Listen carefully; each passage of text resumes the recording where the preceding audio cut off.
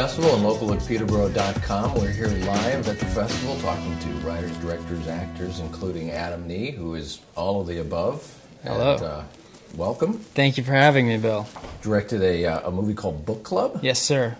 Now, did you write this movie as well, or is this a... I wrote this movie with a guy named Zach Steele, and it's a show about 6 guys who are in a book club, but none of them have read the book except for my character. And so, hilarity ensues.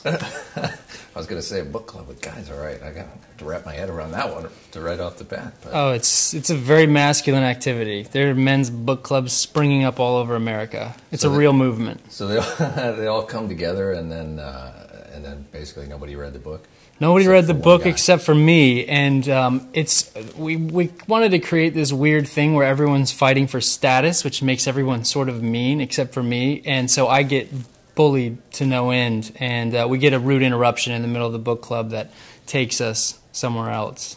This is the tragedy part? This is a tragedy, yes, yes. There is a dog funeral, as there is in most any male book club, let's be honest. Yeah.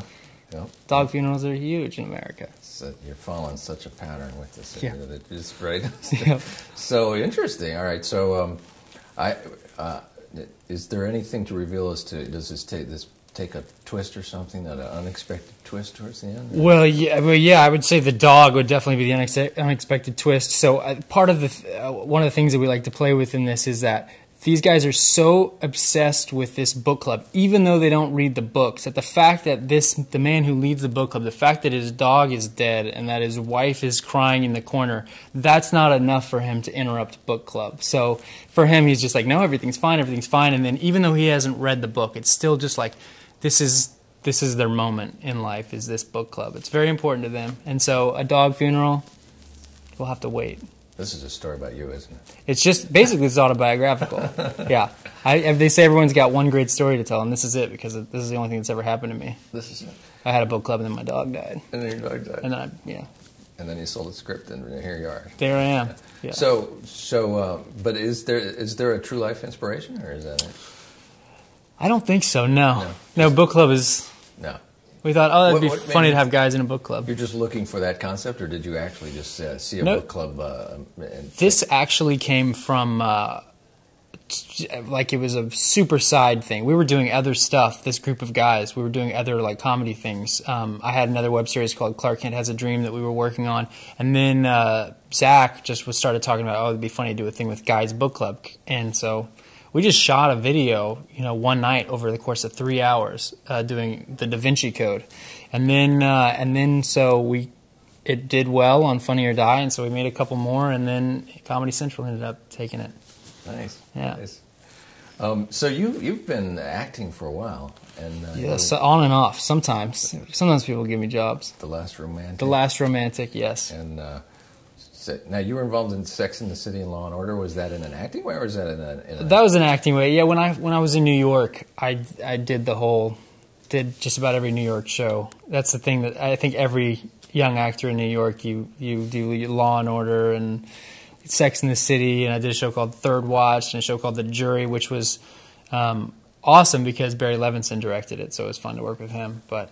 yeah. Now, you also collaborate with your brother, correct? Mm-hmm. And he's Aaron Nee? Aaron Nee. Yeah, we did a movie together called The Last Romantic that IFC put out, and we made it for $20,000 in New York City. So we just stole every location. We would shoot on the subways, running around the street, no crew. But we got the movie out. Went to South by Southwest and got it out, and now we're finally, this was many years ago, we're finally gearing up to make our second feature now. So... awesome. Yeah. So you shoot with it, you just jump out of the car and start shooting type of thing? Oh, it was crazy. It was crazy. We'd get kicked out of locations because we would just go into, like, we had a lot of stuff, and we would shoot stuff in Chinatown and stuff, and we'd just pop into a location and start shooting and have dialogue and all this stuff, and then people would come and yell at us, and we'd get kicked out, so we'd go into the next store and try that store and see if we could get the scene done before they'd kick us out. And so we did that for about 23 days, and then... you'd, like, crash a funeral and shoot a scene there? We didn't crash any funerals. We should have. Okay. We should have, because everything is supposed to end at a funeral for me, right. as I said. I don't know. I guess everything will end at a funeral for me, if I'm being honest. I thought maybe that that would be worked in there somehow. Yeah. So all right. So the book club is here. Where does it go next? Are you looking for distribution? Well, next is to see if Comedy Central picks it up. So what they did is we developed it with them to be a web series to be considered for television. So this was what we watched today was 4 web episodes pushed together as like sort of a semi-pilot, like a pilot presentation. And so now they'll decide whether or not they're going to take it to series. So I hope they do. I love the premise because every time you come up with a new webisode, it'll be like, you know, what book are we talking about this week? Absolutely.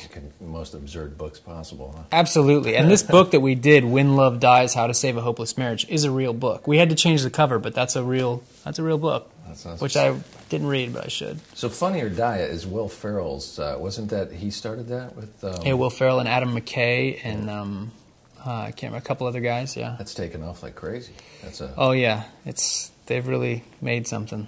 The production value on that, when it first came out, I thought there's got to be more money behind this than just Will Ferrell. But was it just... Well, you know, Funny or Die, when it started, they did more user-generated stuff. And still anybody can post anything. And that's how we sort of kind of made a name for ourselves a little bit, or started to get seen, because stuff would get featured, but we were just making ourselves. But now Funny or Die, it seems that a lot of the stuff they're doing is made from within. You know, they have their own studio basically, and they produce a lot of stuff themselves, which is, it's becoming more of like a little studio and less of like just a website to throw stuff up for users. Yeah. Yeah. Interesting. Yeah, there's a lot of crazy stuff going on. So what's next for you? Are you working on a new feature film, or? Yeah, I'm going back. I start shooting this Comedy Central show called Drunk History when I get back. It also started as a web series. You're shooting Drunk History? Yeah. That's one of my favorite series. Oh, really? I love Drunk History. Awesome. Yeah, Jeremy Connor. Did I just say that on camera? That's great. Those episodes are great. Oh, I think it's genius. But Jeremy Connor, the director, and Derek Waters, who created it with him, those guys are amazing. I mean, that's another thing that started from the web. And I'll just be acting in it. I'm not directing that or anything. But I'll be in the reenactment troupe. So I'm going to do that, and then I'm going to do a feature this summer. The premise for people that might not know what it is that under the, you know, in a safe environment with nice cushy couches in a living room or something, somebody enjoys some wine for a period of time or something. Yeah, maybe like 20 glasses of wine. And then they recount a historic event. Exactly. Or recount some history of a biography of someone, and as much as they possibly can from memory. Yes. And then you do the script towards it. And then, yeah, they reenact it. They get, you know, guest stars to come in and do reenactments of these period pieces. And the cast list, I don't know if I'm supposed to say, but the cast list for the Comedy Central series is crazy. I'm so excited, the people that we're going to get to work with. Oh, it's a hilarious thing. I think there was one episode with Jack Black that where he plays Ben Franklin or something. It's genius. It kills me. It's so good. Yeah, it's so good. It's good stuff. Yeah. Well, that's exciting. And then feature films, anything coming up? The one that I'm directing, that's gonna take up probably, once that starts, that'll be about maybe the next year of my life. So that's the big focus right now, is this feature that I'm gonna direct, and it's a modern telling of Tom Sawyer and Huckleberry Finn, and they're 30-year-old men who are disillusioned with where they are in their lives, so they start a gang and start robbing people. Nice. Well, good luck with that. Good luck with the book club. And, thank you so much. We'll see that. Many more episodes of that. Yeah, I hope so. And I'll check out I'll check out Drunk History too. Awesome. Thank you so much, Bill. Thank you, sir.